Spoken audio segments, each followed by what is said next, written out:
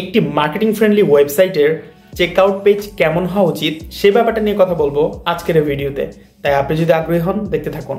Hello there, I'm Abdullah bin Ziyad, a full stack developer and an e-commerce specialist.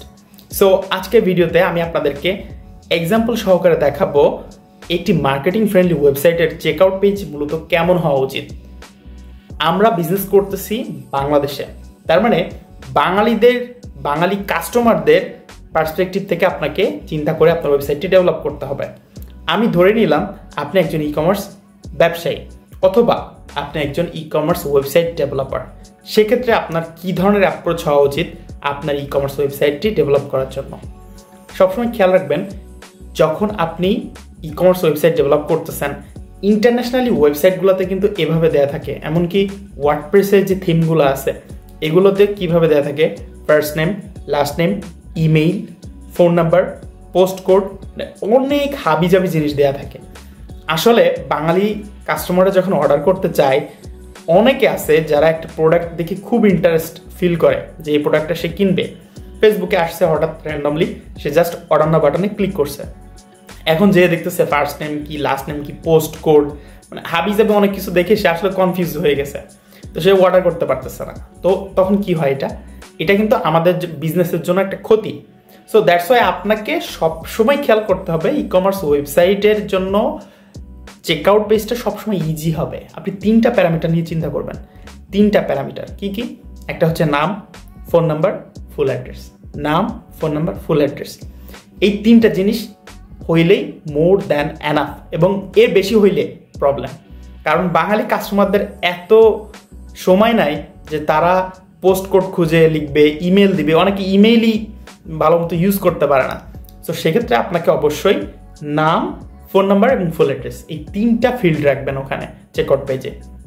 খুব সহজে এই 3টা দিয়েই সে অর্ডারটি প্লেস করতে পারবে। এরপরে আরও যে ব্যাপারটা চলে আসে সেটা হচ্ছে ক্যাশ অন ডেলিভারি সিস্টেমটা আপনি রাখবেন। এটা মোস্ট ইম্পর্ট্যান্ট। ম্যাক্সিমাম বাঙালি কাস্টমাররা তারা খুবই কমফোর্ট ফিল করে ক্যাশ অন ডেলিভারিতে অর্ডার সাবমিট করতে।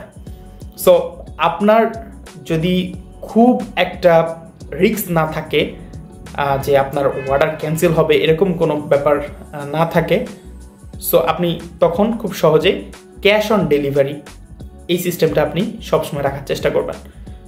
এরপরে যে ব্যাপারটা চলে আসে সেটা হচ্ছে, ভাই আপনি তো বললেন যে মাত্র 3টা প্যারামিটার নিয়েই ওয়েবসাইটে চেকআউট পেজটা তৈরি করতে, নাম, ফোন নাম্বার আর হচ্ছে অ্যাড্রেস, ফুল অ্যাড্রেস।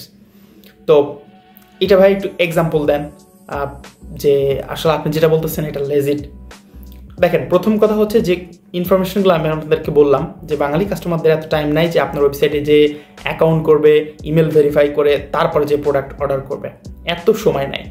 কারণ আপনার ম্যাক্সিমাম কাস্টমাররা আসবে হচ্ছে আপনি যখন আপনার ডিজায়ার্ড প্রোডাক্টের অ্যাড রান করবেন, ওই অ্যাড রান থেকে অর্ডার নাও বাটনে ক্লিক করে ওই কাস্টমারগুলো এসে অর্ডার করবে। তো সেক্ষেত্রে প্রোডাক্ট দেখে পছন্দ হবে, নিচে এসেই সে প্রাইস দেখে সে ওখানে নাম, ফোন নাম্বার, অ্যাড্রেস এই 3টা দিয়েই খুব সহজে অর্ডার করে ফেলতে পারবে। এইটা হচ্ছে সিম্পল প্রসেস। কিন্তু যখন আপনি আপনার চেকআউট পেজের মধ্যে ফার্স্ট নেম, লাস্ট নেম, তারপরে অ্যাকাউন্ট ক্রিয়েট করুন, ইমেইল, এগুলো রাখবেন, তখন সে আসলে কমফোর্ট ফিল করবে না, সে ওখান থেকে বের হয়ে চলে আসবে। ঠিক আছে? তো সেক্ষেত্রে আপনার সেলস কিন্তু কমে যাবে। এইটা হচ্ছে বাংলাদেশে মার্কেটিং ফ্রেন্ডলি ওয়েবসাইটগুলোর বৈশিষ্ট্য। এখন আপনি যদি আমাকে বলেন ভাই একটু এক্সাম্পল দেন, তাহলে আপনি খুব সহজেই, আমার কথা এত সহজে বিশ্বাস করার দরকার নেই, আপনি খুব সহজে ইন্টারনেটে চলে যান, গুগলে চলে যান, আপনি ঘরের বাজে বিডি, বিলিভার সাইন, তারপর হচ্ছে HF ফুড সার্ভিস বা যে সকল প্রতিষ্ঠানগুলোর অ্যাড আপনার সামনে বারবার আসতেছে, তার মানে কি তাদের বিজনেস অনেক ভালো হইতেছে বলে তো তাদের অ্যাডগুলো আপনার সামনে বারবার আসতেছে। আপনি তাদের ওয়েবসাইটগুলো দেখেন, তাদের ওয়েবসাইটে মূলত তারা চেকআউট পেজটা কীভাবে রাখছে।